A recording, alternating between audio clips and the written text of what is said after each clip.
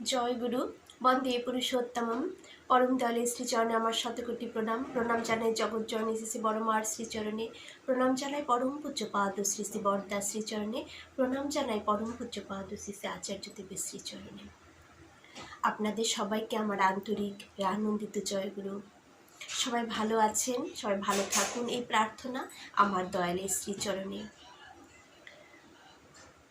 খুব ভালো লাগে যখন এই ইষ্ট প্রসঙ্গগুলো করি বা বিভিন্ন গ্রন্থ থেকে সেগুলো জানার ইচ্ছে জাগে। নিজের জীবনে কি ঘটে গেছে ঠাকুরকে নিয়ে, আচার্যদেবের দয়ায়, সেগুলো যখন আবার পুনরাবৃত্তি করি, ভেতরে একটা শিহরণ জেগে যায়। ঠিক এমনই আজকে যে ঘটনাটি আমি আপনাদের কাছে তুলে ধরব, তা আমার জীবনেরই ঘটে যাওয়া। ঠাকুরের দয়া, পরম পূজ্যপাদ শ্রী শ্রী আচার্যদেবের অশেষ দয়া, যে দয়ায় আমি আজ এই জীবন্ত আমি বসে রয়েছি, যার জন্য আমি আজকে আপনাদের সামনে ইষ্ট প্রসঙ্গ করতে পারছি। নইলে আমার বেঁচে থাকারই কোনো কথা ছিল না। এমনই আরেকটি ঘটনাও ঘটেছিল। পূজ্যপাদ অবিন্দাও আমার জীবনকে কিভাবে ফিরিয়ে দিলেন, সেটাও আমি আরেকদিন আলোচনা করব। আজকে যে আলোচনাটা করছি সেটা সবাই আমার ভিডিওর থাম্বনেল দেখে সবাই অবগত হয়ে গেছেন যে কী বিষয় নিয়ে আমি বলছি। যাই হোক, আমি আসল কথায় চলে যাচ্ছি। সবার ইষ্টচ্ছল মঙ্গলময় জীবনে প্রার্থনা রেখে দয়ালের শ্রীচরণে জয় গুরু। 2016 আমি রোগাক্রান্ত, রোগে শীর্ণ, মানসিক দিক দিয়ে বলুন আর শারীরিক দিক দিয়ে বলুন, আমি একবারে ডাউনে চলে গিয়েছিলাম। আমার স্পাইনাল কর্ডে ভীষণ যন্ত্রণা ছিল। ব্যাঙ্গালোরে চিকিৎসা করানো হয়েছে। সেই ব্যাঙ্গালোরে চিকিৎসা করানো হয়। এদিকে আমাদের লোকাল শিলিগুড়ি, কলকাতা, না কলকাতাটা দেখানো তখনও হয়নি, সব জায়গায় চিকিৎসা করা হয়েছে, কিন্তু কোনো রোগের কোনো উন্নতি নেই। দিন দিন আমি অচল হয়ে পড়ছি। প্রথমে পায়ের তলার থেকে আমার ব্যথা শুরু হয়, সেটা কোমরে, তারপর স্পাইনাল কর্ড। একবারে শয্যাগত হয়ে গেলাম। দিন দিন 5 মিনিট যে উঠে দাঁড়াবো, সেই পরিস্থিতিটাও আমার মধ্যে ছিল না। শুয়ে শুয়ে ভাবতাম, এই জীবনের সব দেখা আমার শেষ, এ জন্মের মতন। আর কোথাও বেরিয়ে যেতে পারবো না, ওই সাইডে কখনো ঘুরতে যেতে পারবো না, কখনো হেঁটে কোথাও যেতে পারবো না। সব শেষ আমার জীবনে। আমার ছেলে তখন ছোট, ক্লাস 2-এ পড়ে। আমার স্বামী তখন কর্মসূত্রে বাইরে থাকেন। খুব কষ্টের মধ্যে আমার দিন কাটছিল। 2016 আচার্যদেবের 100 দিনের পরিক্রমা। আমি ঘটনাটা একটু ছোট করে বলবো, নইলে প্রচুর বড় হয়ে যাবে। সেই পরিক্রমায় আচার্যদেব বেরিয়েছিলেন, আমাদের এখানেও আসেন। আমাদের এখানে যেখানে এসেছিলেন সেখানে আমাদের বাড়ির থেকে 45 মিনিটের মতো যেতে লাগে সময়। তো যাই হোক, আমার তো আর যাওয়া হয়ে ওঠেনি, কারণ আমি তখন বিছানায় শয্যাগত, ছটফট করছি যন্ত্রণায়। কি অসহ্য তার ব্যথা, কোনোভাবে শুয়ে থাকা যায় না। যাই হোক, আচার্যদেব ফিরে গেলেন।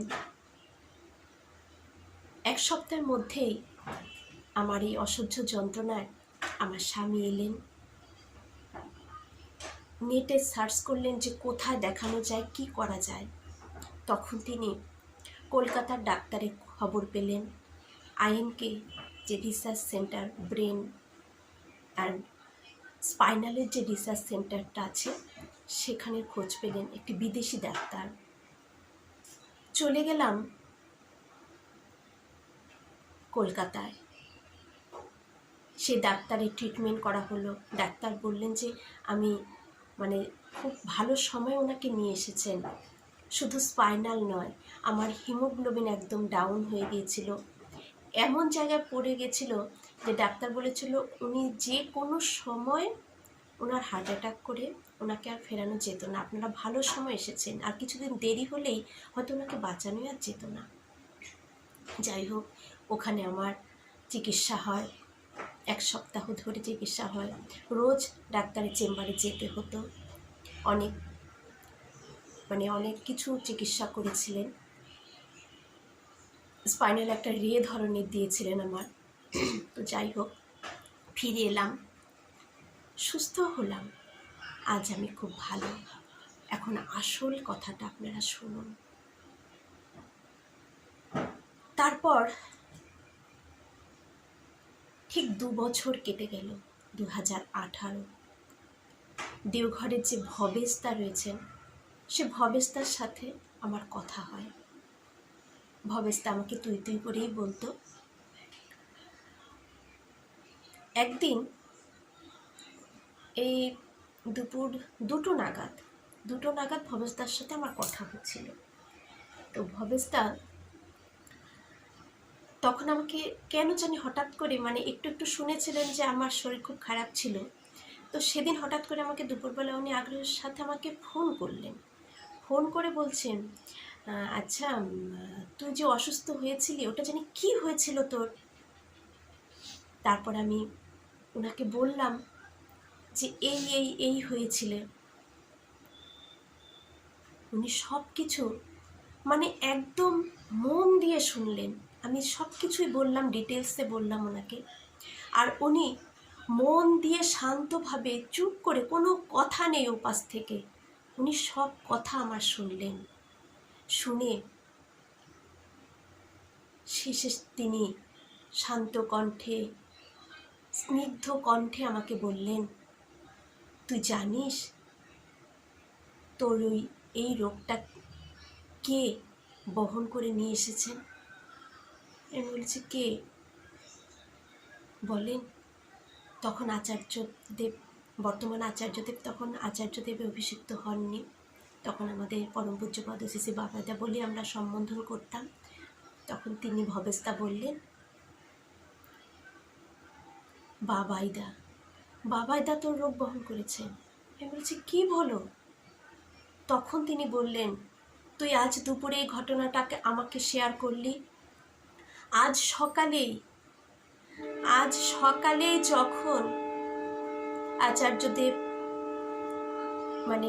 পূজ্যপাদ বাবাই দাদা যখন বসেছিলেন দর্শন প্রণামে, তখন আজ তিনি বললেন যে আমি যখন দীক্ষা পরিক্রমণ করে আসার পর আমি অসুস্থ হয়েছিলাম, সেটা কি আর আমার রোগ ছিল?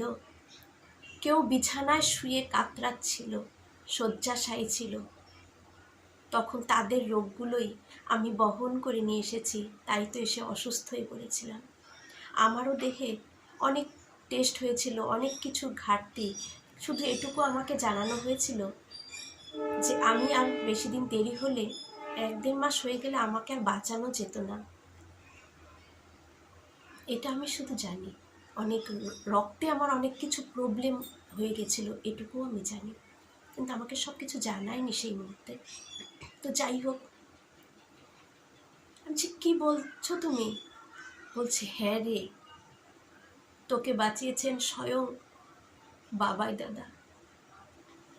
এই কথাটা আমি যখন শুনলাম, আমি আর স্থির থাকতে পারলাম না। আমার শুধু 2 চোখ ভরে শুধু জল ঝরলো যে আমি তো তাকে 1 ফোঁটাও ভালোবাসিনি, আমি তো তার মনের মতন হয়ে চলতে পারিনি। তিনি আমার রোগ এভাবে গ্রহণ করলেন। আমার রোগ নিয়ে তিনি এত কষ্ট পেলেন আর আমাকে সুস্থ করে তুললেন।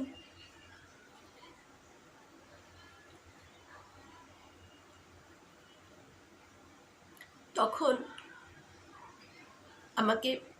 আমি তখন বললাম যে দাদা, আপনি কালকে যখন আচার্যদেব স্বয়ং সকালে যখন আবার বসবেন, বাবা দাদা যখন আবার বসবেন, তখন না, যে সকালে যখন পূজ্যপাদ বাবা দাদা আবার বসবেন, আপনি গিয়ে না বলবেন যে আমি এখন ভালো আছি, আমি এখন সুস্থ আছি, আমি এখন হাঁটতে পারছি।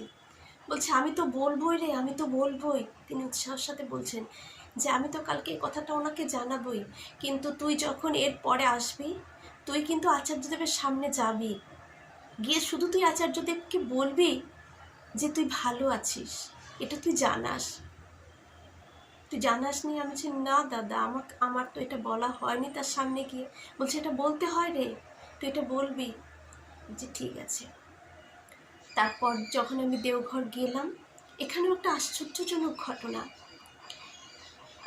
আচার্যদেব মানে পূজ্যপাদ বাবা দাদা যখন ছিলেন, তখন তিনি যখন ওখানে বসলেন, আমিও লাইনে গিয়ে, মায়েদের লাইনে গিয়ে দাঁড়ালাম, অনেকটা পেছনে ছিলাম। হঠাৎ করে ভেতর থেকে, যেখানে আচার্যদেবের সামনে যে দাদারা থাকতেন নিবেদন করতেন, তো এক দাদা ওখান থেকে এসে হঠাৎ করে আমাকে বলছেন যে দিদি আপনি এদিকে আসুন। কোথায়? বলে আপনি একটু আপনি ভেতরে আসুন। তো আমাকে যে বাউন্ডারির ভেতর যেখানে থাকতো আগে, যেখানে আচার্যদেব বসতেন, সেই জায়গার কথা বলছি। আমাকে ওই বাউন্ডারির ভেতরে নিয়ে গিয়ে আচার্যদেবের সামনে একটা সাইডে গিয়ে দাঁড় করিয়ে নেবেন। আপনি এখানে দাঁড়ান, আপনি বলবেন। কেন দাঁড়া করালেন? আচার্যদেবী কি আমাকে ওখানে নিয়ে গেলেন? নইলে তো এটা হওয়া সম্ভব না। আমি তো অচল ছিলাম না। কেন আমাকে ওই লাইনের মাঝখান থেকে ওই দাদা আমাকে ভেতরে ডেকে নিলেন? সম্পূর্ণ অনুভূতির ব্যাপার, সম্পূর্ণ। তারপর আমাকে বললেন যান এখন। আমি ওই সিঁড়িগুলোর সামনে গিয়ে সিঁড়িতে বসে আচার্যদেব তাকিয়ে রয়েছেন। আমি বললাম দাদা, আমি এখন ভালো আছি, আমি সুস্থ আছি। উনি তো আর কোনো কথা আমাকে জিজ্ঞেস করলেন না যে কি হয়েছিল। এই কথা বলার পরে ওনার ভেতরে একটা কেমন একটা আনন্দ হচ্ছে, মানে কেমন সেই রূপের কথা আমি বলতে পারবো না, বোঝাতে পারবো না আপনাদের। উনি আমার দিকে একভাবে এভাবে তাকিয়ে রয়েছেন, তাকিয়ে থেকে এইভাবে মাথা নাড়লেন। আচ্ছা, মানে উনি একদম আপ্লুত। উনি জীবনটাকে ফিরিয়ে দিয়েছেন আমার। কিন্তু বিশ্বাস করুন, আমি ভালোবাসতে পারি না, চলতে পারি না। এভাবে আমার জীবনে তিনি ক্ষণে ক্ষণে আমাদেরকে উদ্ধার করেছেন, রক্ষা করেছেন সবকিছু থেকে।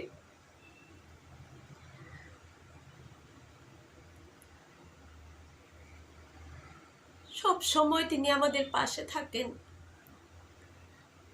শুধু আচার্যদেব বলেন সব সময় তারা কিভাবে পাশে থাকবেন? শুধু নামের মাধ্যমে আর ইষ্ট কর্মের মধ্য দিয়ে।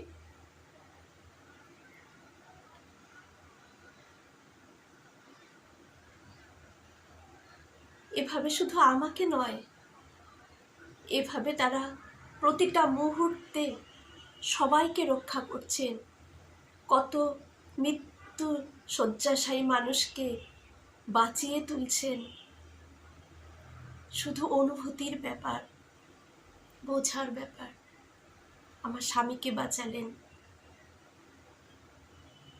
আরো কত কিছু আমাকে আবার, মানে প্রচুর জীবনে ঘটনা। আপনারাও খুব ভালো থাকুন, ঠাকুরকে নিয়ে থাকুন, আচার্য পরম্পরাকে মেনে চলুন, ইষ্টকর্ম করুন, আচার্যদেব যা নির্দেশ দিচ্ছেন তা পালন করে নিজের জীবনকে সার্থকতায় ফুটিয়ে তুলুন। এই প্রার্থনা আমার দয়ালু শ্রীচরণে। সবার মঙ্গল প্রার্থনা করে আমি আজকের আলোচনা এখানেই সমাপ্ত করছি। খুব ভালো থাকুন আপনারা। প্রত্যেকের ইষ্টচ্ছল মঙ্গলময় জীবনের প্রার্থনা রইল আমার দয়ালু শ্রীচরণে। জয় গুরু, বন্দে পুরুষোত্তমম।